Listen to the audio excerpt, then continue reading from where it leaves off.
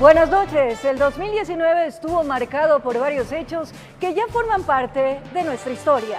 Las reformas económicas y principalmente la eliminación del subsidio a los combustibles como la gasolina extra y el diésel generaron descontento en una parte de la población que llamó a la paralización, ocasionando grandes pérdidas para el país. En el ámbito judicial continuaron las investigaciones en casos de corrupción y leyes controversiales como el aborto en casos de violación o el matrimonio igualitario. Fueron temas que se debatieron.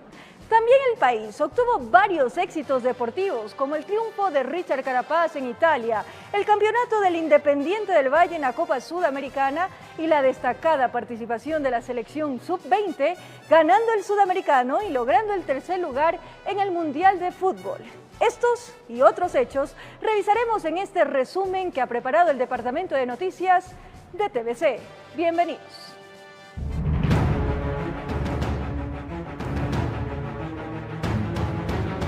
Resumen anual TVC llega a ustedes gracias al auspicio de Nueva Leche True, la nueva generación de alimentos sostenibles. Los primeros días de octubre del 2019, Ecuador vivió un estallido social por la eliminación del subsidio a los combustibles. El movimiento indígena, liderado por la CONAIE, se movilizó contra la medida durante 11 días. Las protestas terminaron con la derogatoria del decreto 883. Las protestas iniciaron con la convocatoria de los transportistas a un paro nacional. Nosotros suspenderemos nuestras actividades. Ecuador amaneció el 3 de octubre con las vías cerradas, transporte paralizado, las clases suspendidas en escuelas y colegios y las primeras movilizaciones. De todas las decisiones económicas, la que más resistencia social generó fue la eliminación del subsidio al diésel y gasolina dispuesta en el decreto 883. El 4 de octubre se movilizaron estudiantes, trabajadores. Quito fue el epicentro de la manifestación. Con un país convulsionado, el presidente Lenín Moreno declaró el estado de excepción. Las personas que violen la ley definitivamente deberán ser detenidas.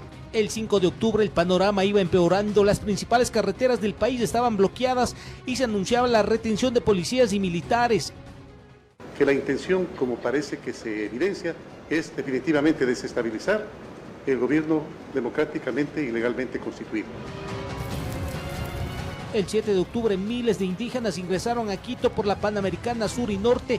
El terror y zozobra se apoderaron de la capital. Ese mismo día el presidente Moreno trasladó la sede de gobierno a la ciudad de Guayaquil. Los inconformes ingresaron a la Asamblea Nacional. La violencia subió de tono y vándalos destruyeron parte de la Contraloría General del Estado. No voy a dar marcha atrás porque lo correcto no tiene matices. El 9 de octubre miles de indígenas se movilizaron por la capital, caminaron por el centro histórico y nos unieron a los grupos que buscaban ingresar al Palacio de Gobierno. El 10 de octubre policías fueron retenidos por indígenas en la Casa de la Cultura. La misma suerte corrieron periodistas que llegaron a una rueda de prensa. Señores de la Fuerza Armada, señor comandante de las Fuerzas Armadas, quítenle apoyo a este... 11 de octubre los enfrentamientos no paraban, en las protestas participaron una diversidad de actores sociales, pero fue el movimiento indígena quien sostuvo el paro nacional. Nosotros hemos venido a bajar el paquete económico, no hemos venido a decir renuncie presidente. Nosotros hemos dicho de que no habrá diálogo mientras no se derrogue el decreto 883. El 12 de octubre fue el día más crítico. En la mañana se alertó con la toma de las fuentes de agua de la capital, seguido de una amenaza de ataque al metro de Quito. El caos y terror se apoderaron de varios barrios de la ciudad, se bloquearon las vías, tiendas y mercados fueron obligados a cerrar sus puertas. Además atacaron a las cámaras de video de Ojos de Águila. Paralelamente vándalos se tomaban la Contraloría, saquearon las instalaciones e incendiaron el edificio. Información documental de los procesos de investigación y juzgamiento ha sufrido daños parciales. Quito se convirtió en una zona de guerra. Ese mismo sábado atacaron las instalaciones de Teleamazonas y Diario y Comercio. Se metieron. A las 15 horas el presidente decretó el toque de queda. El domingo se vivía una tensa calma, el país entero a la expectativa de la invitación a dialogar. En la noche el gobierno y los indígenas llegaron a un acuerdo con la mediación de la ONU y la Conferencia Episcopal Ecuatoriana. Se establece un nuevo decreto que deja sin efecto el decreto 883. 11 días donde las cifras de fallecidos no concuerdan, el gobierno habló de 8, la Defensoría del Pueblo de 9 y la CONAIE de 11. Iván Casamen, resumen 2019. La prefecta de Pichincha, Paola Pavón, recobró la libertad el 25 de diciembre, luego de que la Fiscalía General del Estado reformuló los cargos y que la jueza subrogante de la Corte Provincial de Justicia de Pichincha, Patlova Guerra, diera paso al recurso de habeas corpus. Pavón es investigada por rebelión, al igual que el exasambleísta Virgilio Hernández y Cristian González, por supuestamente intentar desestabilizar al gobierno nacional en las protestas de octubre. Pavón estuvo detenida 71 días. Hoy utiliza el grillete electrónico y debe presentarse periódicamente ante la autoridad competente. En el 2019, la Asamblea Nacional experimentó un cambio de autoridades, luego de varios escándalos que empañaron la gestión legislativa, desde cobros indebidos hasta supuesto tráfico de influencias. El legislativo culminó con leyes pendientes. El primer punto de la agenda legislativa este 2019 fue el tratamiento de las reformas al Código Integral Penal, que entre otras cosas buscaba despenalizar el aborto en casos de violación. Sin embargo, esto no logró tener el respaldo de las bancadas y fue desechado de la norma. El escándalo de los diezmos no acabó. En febrero, la legisladora de Creo, Ana Galarza, fue destituida luego de una denuncia hecha por uno de sus asesores, pero no fue la única empañada por los escándalos. Y hacia el final de su periodo, la entonces presidenta de la legislatura, Elizabeth Cabezas, fue el centro de la polémica luego de la filtración del audio de una conversación con la ministra de Gobierno, María Paula Romo, en la que pretendían frenar una moción que buscaba investigar al presidente Lenín Moreno por el caso Una Papers. Estoy ya para votar. Yo ausente. Ha sido pública, aquí no hay nada que explicar. Por la propia boca cae el pez. Una comisión investigó a Cabezas y desde el bloque correísta se planteó una denuncia penal contra ella y la ministra Romo por supuesto tráfico de influencias. Al final, la mesa legislativa la salvó, pero lo que no pudo salvarse fue su intención de reelección. En mayo se despedía del cargo dejándolo en manos de su colega de bancada, César Litardo. Estoy convencido que podemos trabajar en prioridades multipartidistas, que son prioridades nacionales. Litardo llegó a la presidencia gracias a la conformación de una nueva mayoría que agrupó Alianza País, Creo y dos bloques independientes, Badi y BIN. El poder de la nueva coalición se evidenció también en la reestructuración de las comisiones. Hubo pugnas que bloquearon el trabajo de varias de ellas y hasta la fecha, la Comisión de Gobiernos Autónomos no supera las discrepancias ni logra sesionar. A la orden del día estuvieron los juicios políticos. La Asamblea censuró a la exministra de Salud Verónica Espinosa y a 4 miembros del Consejo de Participación Ciudadana, pero no logró pasar la iniciativa contra la ex canciller María Fernanda Espinosa. Ha quedado demostrado que el correísmo y el morenismo la misma cosa son. Tampoco el pedido de juicio político contra la ministra Romo, pues este fue archivado. Y en octubre, durante el paro nacional, el correísmo saltó y exigió un adelanto de elecciones. Esta Asamblea tiene que determinar el incumplimiento de funciones y avanzar hacia la destitución del presidente Moreno. La moción no logró prosperar, pues la Asamblea nunca logró sesionar durante la paralización. Y aunque hubo críticas al respecto, las autoridades se defendieron. Lo sensato cuando las cosas están tan graves es no ponerle más gasolina al fuego encendido. Justamente Gabriela Rivadeneira, Carlos Viteri y Soledad Buendía, alegando persecución política, buscaron refugio en la Embajada de México. Ahora se los investiga por supuesta incitación a la violencia. El correísmo fue diezmado. Una comisión se conformó para investigar los hechos alrededor de las manifestaciones, pero 55 días después entregó un informe que no establece ninguna responsabilidad. Nosotros no podemos calificar los delitos, no podemos incriminar. Aquí no veo que existen conclusiones determinantes. A finales del año, la Asamblea trató contra reloj de despachar las leyes represadas. Se aprobó una nueva reforma tributaria con la que el gobierno aspira a recaudar 600 millones en 2020.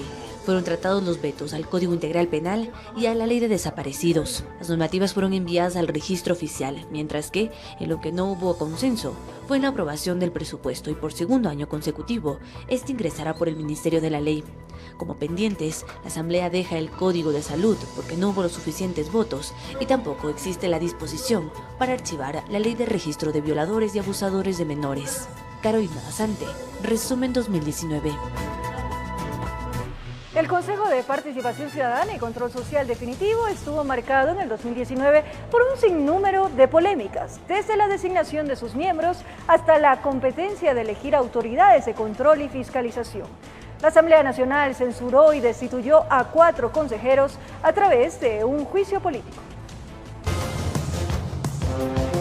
Por primera vez, el Consejo de Participación Ciudadana y Control Social se eligió a través de voto popular, luego de que el país así lo decidiera, tras la consulta de febrero del 2018. Es así que durante las elecciones seccionales del 24 de marzo del 2019, resultaron ganadores Carlos Tuárez, Sofía Almeida, María Fernanda Rivadeneira, Walter Gómez, Rosa Chalá, Victoria de Sintonio y Cristian Cruz. Pero los problemas no quedaron allí. Algunas candidaturas fueron impugnadas, por lo cual se impidió que el 24 de mayo se entregara las credenciales y fue hasta el 6 de junio que el CNE llevó adelante este requisito para asumir el cargo. 8 días después fueron posesionados ante la Asamblea Nacional. Desde entonces se evidenció una marcada división en el organismo y fue durante su primera reunión que Tuárez fue designado como presidente del Consejo. Sin esperar más, empezaron los cuestionamientos al transitorio dirigido por Julio César Trujillo, quien falleció el 19 de mayo de ese mismo año. Solicitamos una transición, que nos convoquen a los consejeros electos para que podamos recibir toda la información de los transitorios, pero no la recibimos. Las denuncias de supuestas inconsistencias en algunas de las candidaturas llevó también a la Comisión de Participación de la Asamblea a investigar. Entre los llamados a comparecer estuvo Tuárez, quien en medio de un claro desplante solo asistió para rechazar que se investigue su postulación, candidatura y posesión. Que no soy sujeto de juicio político ni de fiscalización antes de mi posesión. Yo les agradezco, muchas gracias por haberme permitido estar aquí. Bendiciones, hasta luego. Esto caldeó los ánimos y un juicio político se anticipaba, mismo que se concretó ante el intento de Tuárez, Chalá, de Sintonio y Gómez de crear una comisión que revise la designación de la Corte Constitucional, pese a que de por medio existe una resolución de la propia Corte en el sentido de que no se podrá examinar lo actuado por el Consejo Transitorio. En este marco y ante las supuestas inconsistencias en algunas de sus candidaturas, los 4 fueron censurados y destituidos el 14 de agosto. Debo terminar mi intervención rechazando las falsas acusaciones. Agotaré todas las instancias nacionales e internacionales. En su lugar se posesionaron Juan Dávalos, Iber Estupiñán, David Rosero y Francisco Bravo. Ya completos los 7 consejeros, la responsabilidad de la presidencia recayó sobre Cristian Cruz. Esta es una oportunidad que tenemos histórica de unirnos, de liderar cambios profundos y en función de eso de trabajar. El país necesita institucionalidad, el país necesita trabajo. Pese a los nuevos consejeros, esta institución sigue envuelta en medio de 2 polémicas iniciativas. La primera, desde el Legislativo se lleva adelante un proyecto de enmiendas que busca reducir funciones a este organismo, y la segunda, que inicialmente se planteó por Julio César Trujillo, de eliminar el Consejo.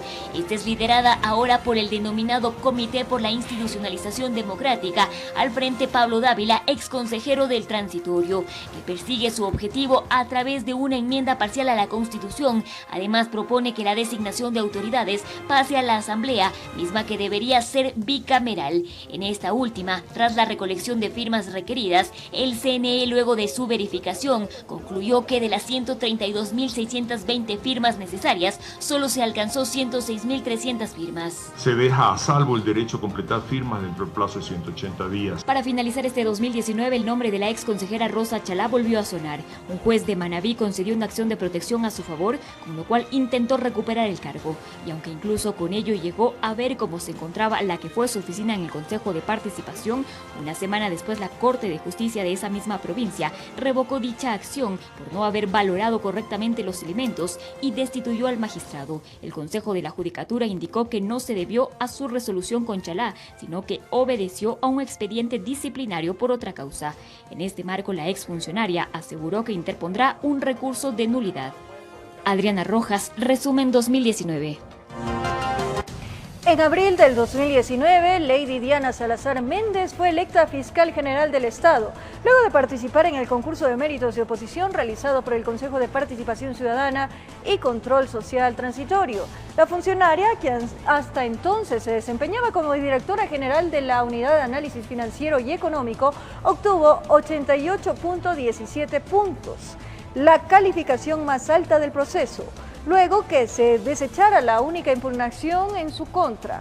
Diana Salazar deberá permanecer en el cargo hasta el 2023. Sus labores iniciaron con la investigación de casos de corrupción como Odebrecht y Petroecuador, en los cuales están involucradas autoridades del anterior gobierno. Durante el 2019 se realizaron las elecciones seccionales en nuestro país, que dieron como resultado que distintas organizaciones perdieran hegemonía, mientras que otras surgieron con fuerza. 2019, año de comicios seccionales en Ecuador. El 24 de marzo los ciudadanos reconfiguraron el tablero político del país, en el que las alianzas fueron vitales para el triunfo de ciertos partidos. Por ejemplo, de las 221 alcaldías a nivel nacional, el Partido Social Cristiano tiene 54, ganadas en su mayoría con alianzas. Por otra parte, el movimiento Alianza País tiene 29, ganadas más de 10 con alianzas. Y Pachacutic se afianzó ganando 18 alcaldías. El Partido Social Cristiano, en alianza con otros movimientos, obtuvo 8 escaños provinciales y Pachacutic 4. En tercer puesto se encuentra el movimiento Fuerza Compromiso Social, que logró conseguir 3 prefecturas. Y si bien algunos cabildos de las principales ciudades se pintaron de amarillo con figuras como Cintia Viteri en Guayaquil, que la grandeza que vivió Guayaquil la viva también la nación, o Carlos Germán en Babahoyo, hubo otros rostros y movimientos que sorprendieron. No más la comunidad en busca de la administración. Asimismo, Pedro Palacios en Cuenca. Me entrego a ella sin condición y vengo a pedir de su parte compromiso e involucramiento. Jorge Yunda, Quito. Vengo orgullosamente de un padre zapatero, de una madre costurera, que los tengo aquí presentes. Y Yacu Pérez, quien asumió la prefectura de Azuay. Inaugurar una pedagogía de la ética, de la esperanza, de la austeridad. A pesar de que la facción correísta ganó importantes prefecturas con Paola Pavón en Pichincha, tengo la responsabilidad de iniciarlo. El puerto seco de Pichincha con su parque industrial. Y Leonardo Orlando en Manabí. Guayas, Esmeraldas y Los Ríos tienen a sus principales autoridades alineadas al socialcristianismo, aunque en esta última provincia el actual prefecto Johnny Terán esperó más de 70 días para asumir sus funciones, debido a los recursos de apelación presentados ante el Consejo Nacional Electoral y el Tribunal Contencioso Electoral. En ese sentido también se presentaron inconvenientes en el Cantón Salitre, pues el ahora alcalde Julio Alfaro Mieles denunció fraude electoral, alegando una supuesta adulteración de actas. Finalmente, se ratificó su victoria. Adriana Peralta, resumen 2019.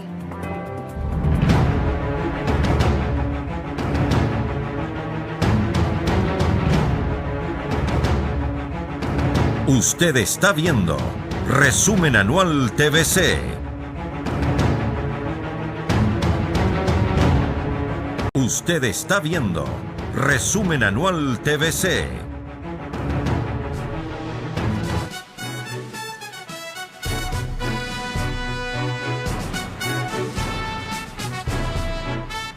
El caso Sobornos 2012-2016 fue uno de los más investigados durante el año y culminó con un posible llamado a juicio al expresidente Rafael Correa, ex vicepresidente Jorge Glass y otros exsecretarios de Estado por el delito de cohecho. Son investigados por presuntos aportes económicos no justificados de empresas privadas para campañas electorales a cambio de contratos con el Estado. Un reportaje hecho público por un portal digital denominado Receta Arroz Verde 502 puso en alerta al país y en especial a la Fiscalía General del Estado sobre presuntos aportes privados no justificados por 11.6 millones de dólares para campañas electorales en el correísmo, a cambio de la contratación pública.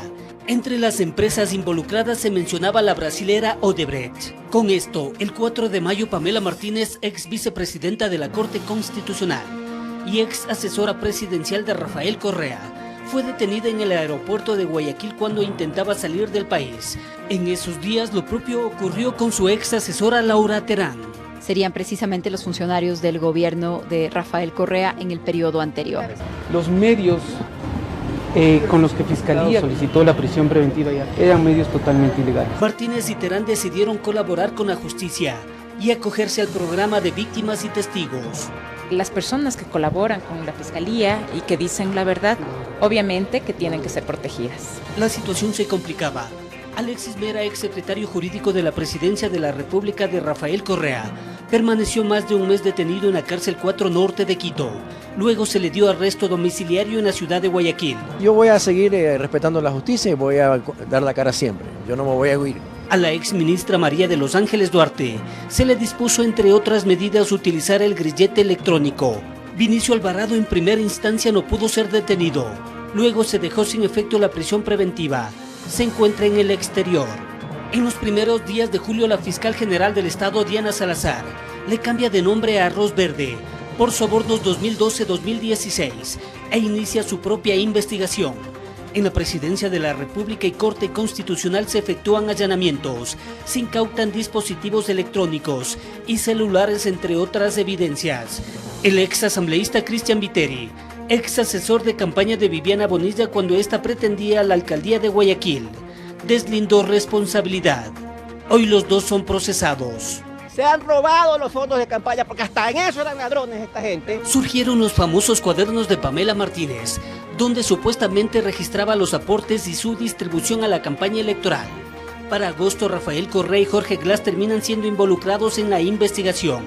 Se ordenó la prisión preventiva, notificándose a Interpol para su detención, sin que hasta la fecha surja efecto.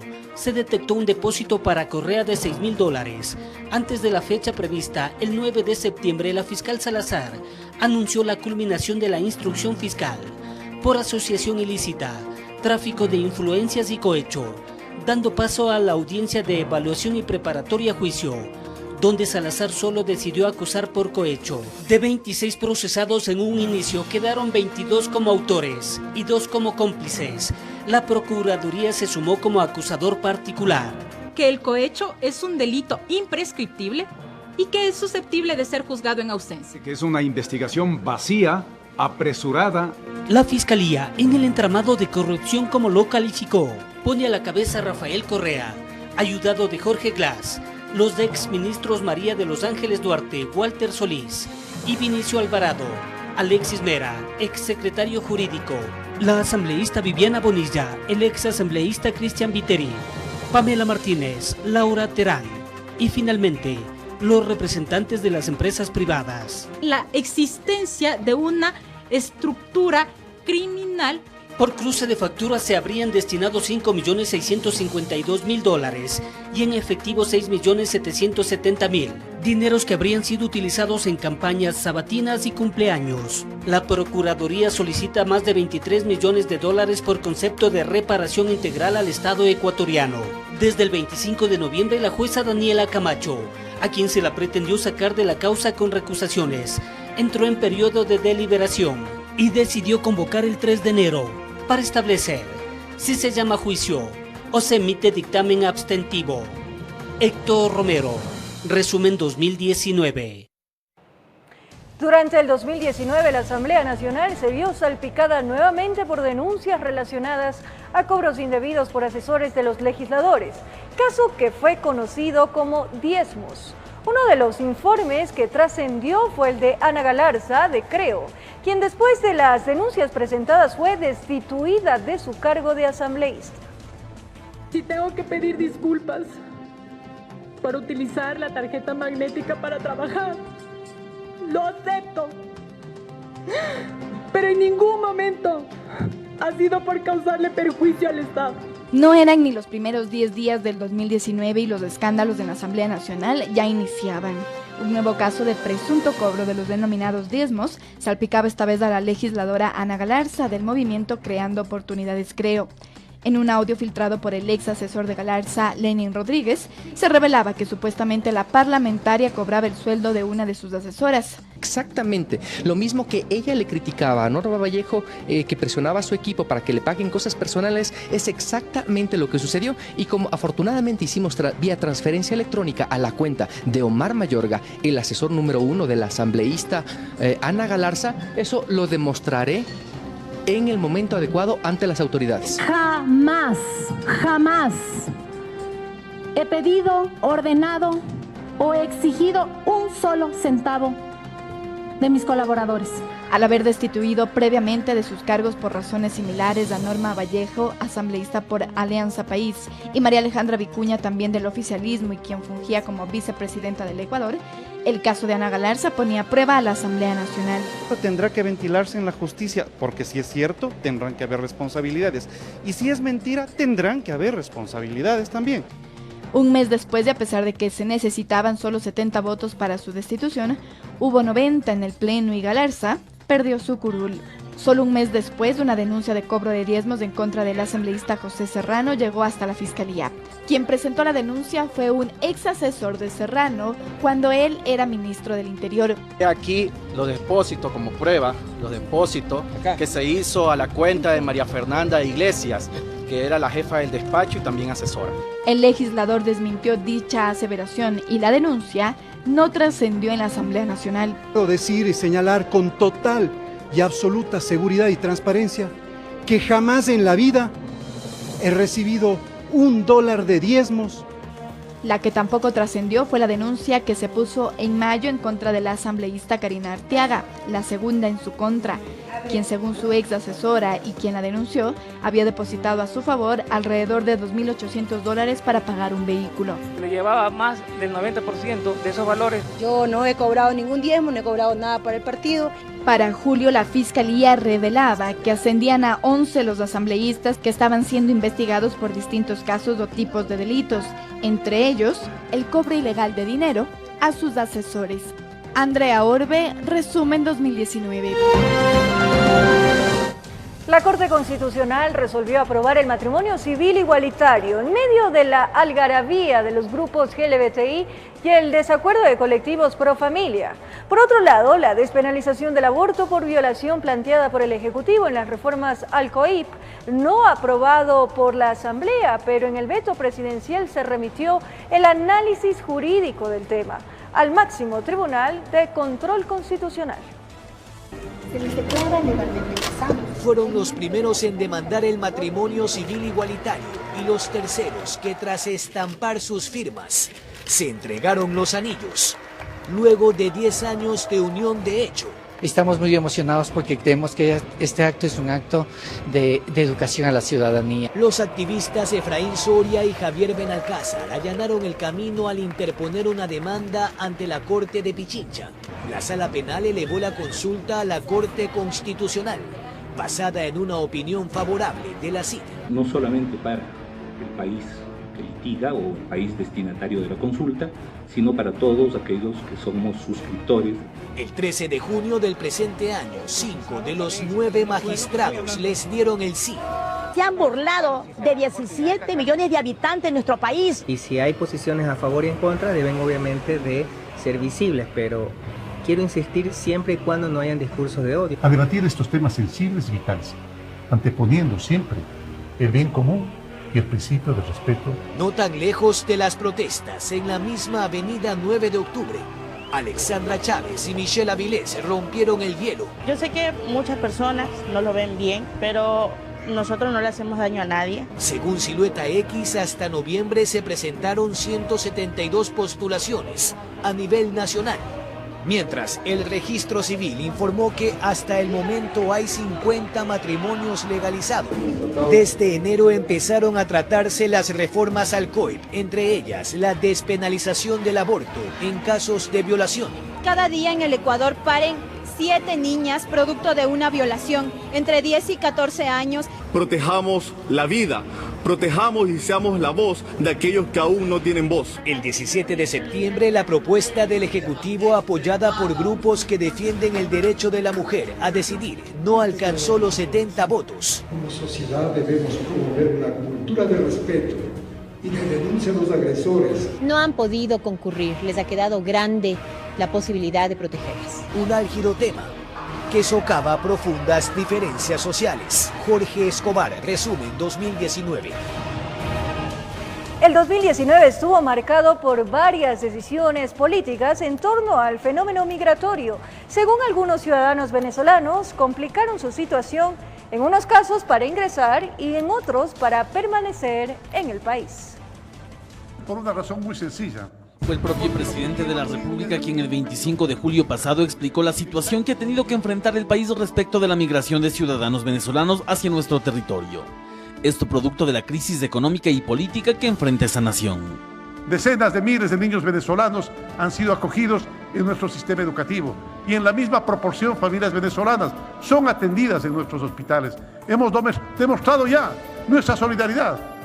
La hemos demostrado con hechos y no solo con palabras. En torno a esa problemática se expidió el decreto 826 que fija una visa para ciudadanos venezolanos. Por un lado, una visa para los hermanos venezolanos que quieran ingresar a Ecuador, como está previsto en la Ley de Movilidad Humana. Y por otro, regulariza con una visa humanitaria excepcional de residencia temporal la permanencia de aquellos ciudadanos venezolanos que ya se encuentran en el país y que no han violado la ley. Esto se hacía necesario según las autoridades porque cada vez se iba complicando la capacidad de acogida del territorio nacional para alrededor de 500.000 migrantes venezolanos que según la ONU se estiman para finales de 2019. Desde el punto de vista del país es uno de los temas más importantes, tener una migración ordenada, tener una migración regulada, tener una migración en donde el gobierno, el Estado pueda saber cuántas personas están en el país, a qué se dedican, quiénes son. Pero esta decisión no nació solo del Estado ecuatoriano. El presidente Guaidó, cuando estuvo aquí en marzo, se lo pidió al presidente Moreno para regularizar el fenómeno migratorio. Pero una vez conocido el pedido de visa, fueron miles los migrantes venezolanos que llegaron hasta Rumichaca y en menor cantidad hasta otros lugares fronterizos para poder ingresar al país, antes de que entre en vigencia el decreto ejecutivo. Hasta ese instante se decía que no existiría corredor humanitario. Solamente pueden entrar al país quienes cuenten con una visa según la norma que tiene en este momento el gobierno. Sin embargo, el 12 de septiembre el canciller José Valencia ratificó la ejecución de un corredor humanitario. Con esto los migrantes venezolanos podían acogerse a un permiso de tránsito para ingresar a Ecuador y pasar a un tercer país para el que cuenten con visa de ingreso. Para facilitar el acceso a los países sudamericanos que exigen visa y que se encuentran al sur del Ecuador, se va a emitir este permiso de tránsito. Pero a nivel político las contradicciones confundían a la opinión pública y complicaban todavía más la situación de migrantes en la frontera. Una persona que está en tránsito, ¿no es cierto?, entra al aeropuerto y luego va a volver a salir a otro lugar. Ese es el mecanismo de tránsito. La pregunta es, ¿ese mecanismo cómo se activa cuando es tránsito terrestre? Mientras no tengamos claro, ni siquiera tránsito. Se conoce que todavía al día de hoy hay cómo llegar a Ecuador por pasos irregulares. Sin embargo, desde que entró en vigencia el decreto ejecutivo 826, el ingreso formal de extranjeros, dicen, se ha reducido de manera significativa.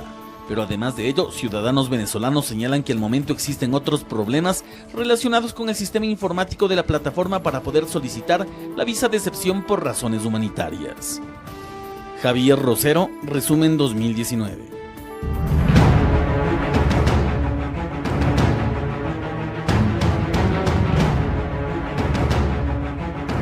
Usted está viendo Resumen Anual TVC. El 2 de julio del 2019, el país amanecía con la noticia de uno de los más grandes operativos en contra de la minería ilegal. La operación Amanecer Radiante permitió declarar a la parroquia Buenos Aires del Cantón Urcuquí, provincia de Imbabura, libre de minería ilegal. 5.000 personas fueron desalojadas sin opción a regresar.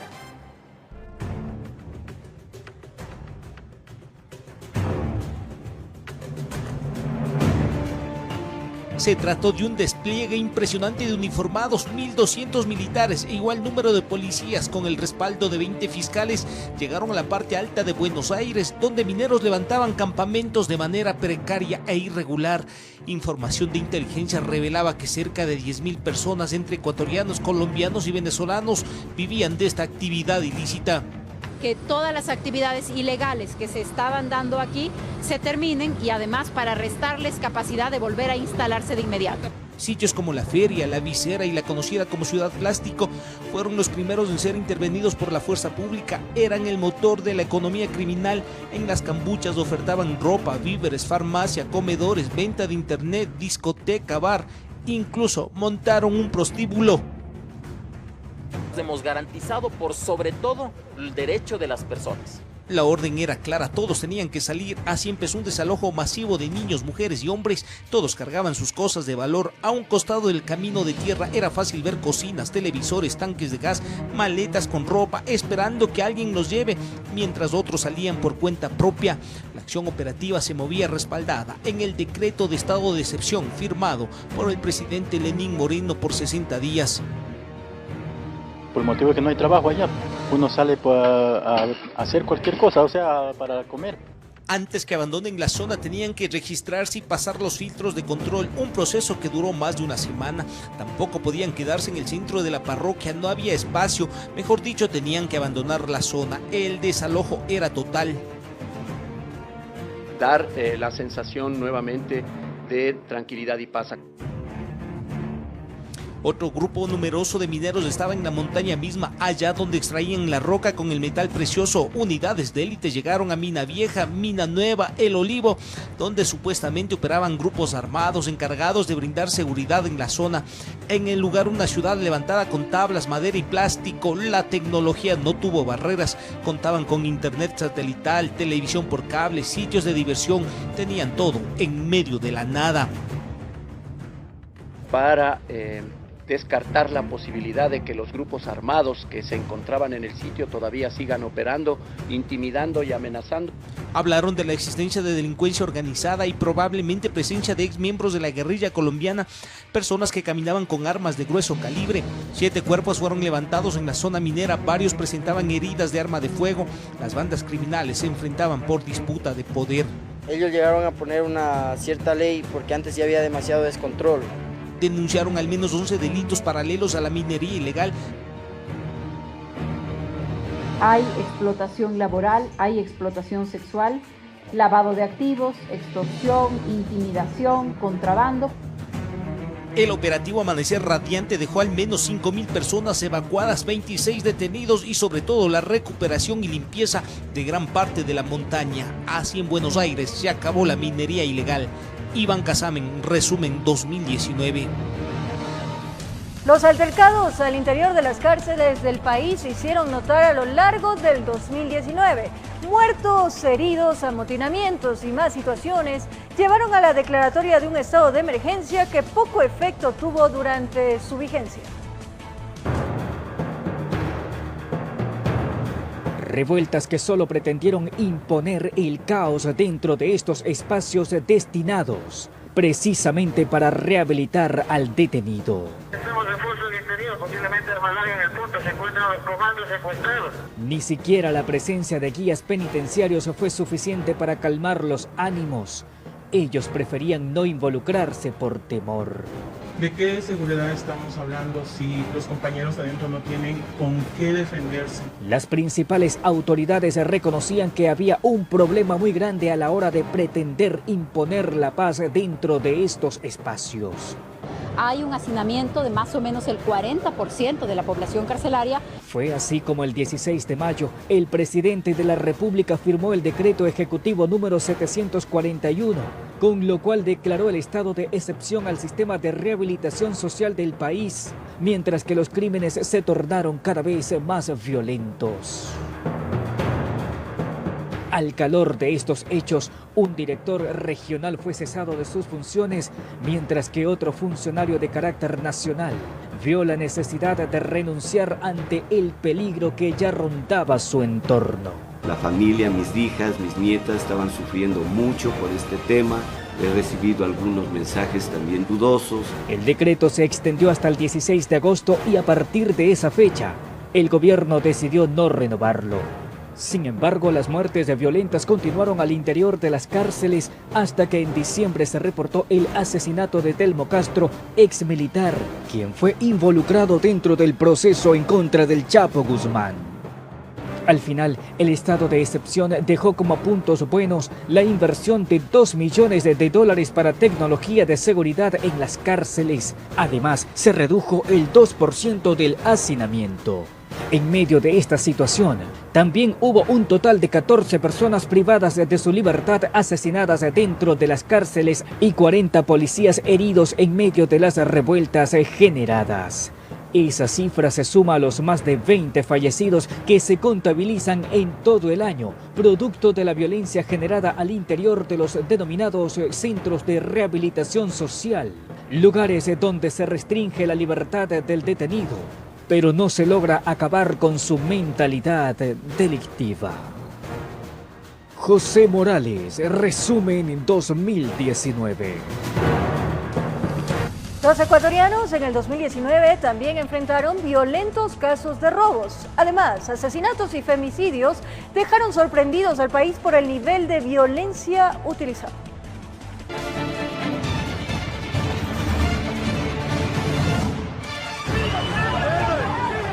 La noche del 19 de enero el país y el mundo quedaron sorprendidos ante el asesinato de Diana Carolina en Ibarra, provincia de Imbabura. Su pareja, un sujeto de nacionalidad venezolana, la atacó con un cuchillo. Testigos de eso fueron vecinos y policías que intentaron evitar el hecho de sangre, pero fue imposible. Él luego fue detenido y sentenciado a 34 años con 8 meses de prisión. En Puzulí, al norte de Quito, el 8 de febrero se presentó un caso similar. Amelia de Jesús L. murió de varias puñaladas que le ocasionó su pareja. Ese hecho también fue registrado en video. Ese año los casos no cesaron, unos resueltos con capturas de los acusados. En algunas ocasiones los femicidas se suicidaron y otros intentaron quitarse la vida frente al cadáver de su expareja, como el registrado el 28 de mayo en el bloque 9 de Flor de Evasión, en Guayaquil, donde Evelyn Bravo Bodero, activista y luchadora por los derechos de las mujeres, ahora forma parte de las víctimas de ese delito. En el 2019. Él se daba con el cuchillo y se metió aquí de nuevo, pues ya la chica ya no le metió más cuchillada, está pura sangre. El 22 de julio, Invasión Popular hallaron el cuerpo decapitado de una señora de 27 años y su cabeza fue encontrada en una vivienda debajo de un inodoro. En noviembre, en Guayaquil, ya no como femicidio sino por un hecho delictivo. A una madre adolescente le quitaron la vida en su propia casa. En la cooperativa Sergio Toral, a ella le habían secuestrado su hijo con pocos días de nacido. $2.000 habría pagado una señora de Cuenca para raptar al pequeño, que fue recuperado. 3 mujeres fueron detenidas y entre ellas, la hermanastra de la fallecida. Los autores materiales están prófugos. Los asesinatos por ajustes de cuentas entre organizaciones delictivas y relacionadas al microtráfico estuvieron presentes todos los meses. Otros homicidios fueron motivados por robos, como el del funcionario judicial Jorge Luis Flores, que fue asesinado dentro de su casa en la urbanización Villa Bonita, en el noroeste de Guayaquil. 2 mujeres de nacionalidad venezolana que vivían con él fueron acusadas. Los hechos delictivos estuvieron a la orden del día, unos captados en videos, otros registrados también en buses.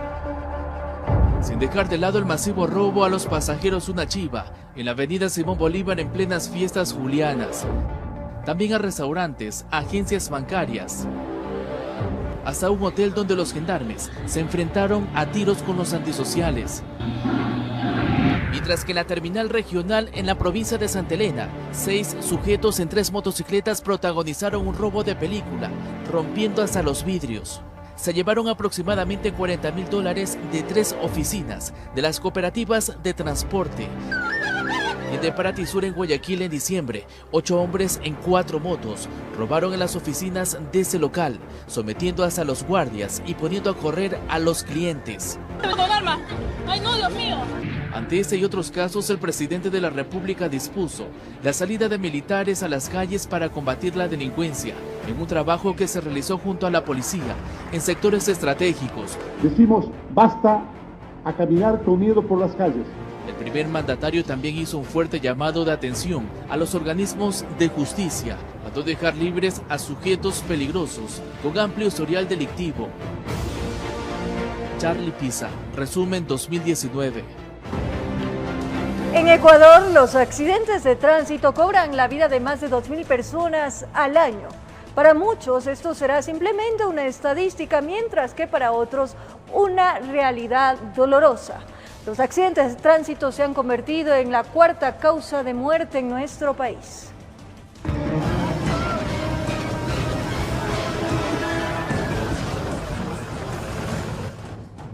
Este fue uno de los accidentes registrados a finales del 2019.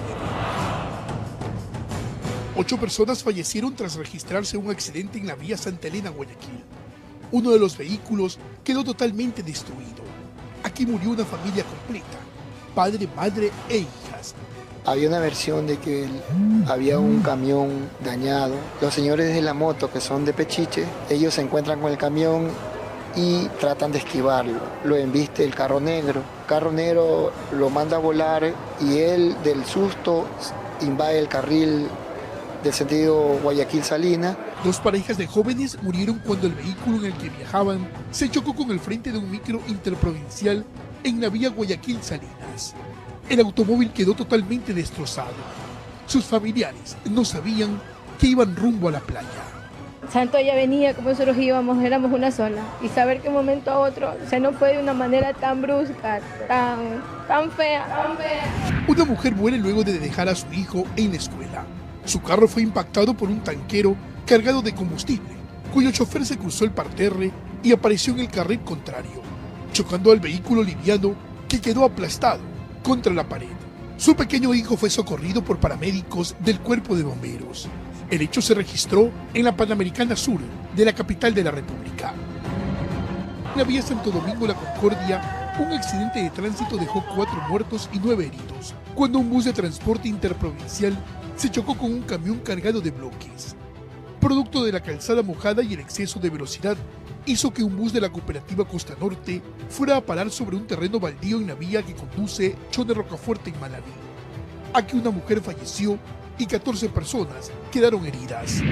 48 personas, entre alumnos de un centro educativo y padres de familia, resultaron con heridas leves luego de que el bus en el que viajaban se volcara y rodara por una pendiente de 40 metros. Los heridos fueron llevados a distintas casas de salud en el cantón Gualaceo de la provincia de La Suay. Un niño de 4 años y sus padres murieron calcinados. El vehículo en el que viajaba se impactó con un bus de una cooperativa de transporte interprovincial que cubría la ruta Guayaquil-Machala. Un auto se estrelló contra el redondel del monumento del Banano al ingreso de la ciudad de Machala, provincia del Oro. El vehículo perdió el control y tras el fuerte impacto se dio varias vueltas de campana. Sus ocupantes fueron socorridos. El carro se incendió. Otro accidente de tránsito se registró en pleno puente de la Unidad Nacional, sentido Durán-La Puntilla. El carro donde viajaba una familia, donde 2 de sus integrantes tenían que viajar a los Estados Unidos, se impactó contra la baranda del puente y se volcó. El accidente dejó una mujer fallecida. Digo, no pise en el acelerador, digo, estás pisando, está mucho, porque estaba a 140. Digo, está mucho, digo, suelta, ya apágale. O sea, ya apaga después que ya virá. Y es que la mayoría de accidentes registrados en el año 2019 se dieron por el exceso de velocidad y el irrespeto a las señales de tránsito. Hechos que enlutan a centenares de familias. Carlos Julio Gurumendi, resumen 2019. Cerramos un año difícil tanto en lo económico como en lo político y social.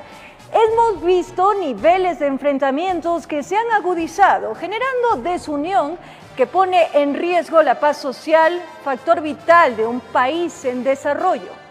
De nada sirve señalar a tal o cual sector como el generador del conflicto. Señalar culpables hoy lo único que lograría sería ahondar en el distanciamiento. Creemos que es la hora del reencuentro, es la hora de disponer diferencias y trabajar juntos por un mejor país en donde todos tengan las mismas oportunidades. El compromiso inicial, el punto de partida para este 2020, debería ser como sociedad la unidad y el respeto. Unidad y respeto que no significa arriar banderas políticas ni claudicar en criterios económicos, sino en generar consensos básicos que faciliten, primero, pacificar el país y segundo, generar desarrollo que permita un crecimiento económico. Debemos entender, quienes formamos parte de esta sociedad, que un enfrentamiento permanente solo nos conduce al fracaso. Debemos, como sociedad, tratar de dejar atrás intereses personales y más aún cálculos electorales en pro de una mejor comunidad, de una mejor convivencia, de un mejor país, motivo y fin de nuestro esfuerzo. Solo depende de nosotros, desde las más altas dignidades hasta el más humilde ciudadano, no por ello menos importante, el aportar en esta gran tarea, hoy indispensable. De nuestra parte, ratificamos nuestro compromiso de siempre, mantenerlos informados, llevándoles las noticias tal como se genera, con objetividad y rectitud, sin adoptar posturas parcializadas. El camino es nuevo, el año recién empieza, las campanas del destino están sonando. Vayamos como nación al encuentro de la historia. Un feliz 2020 para todos.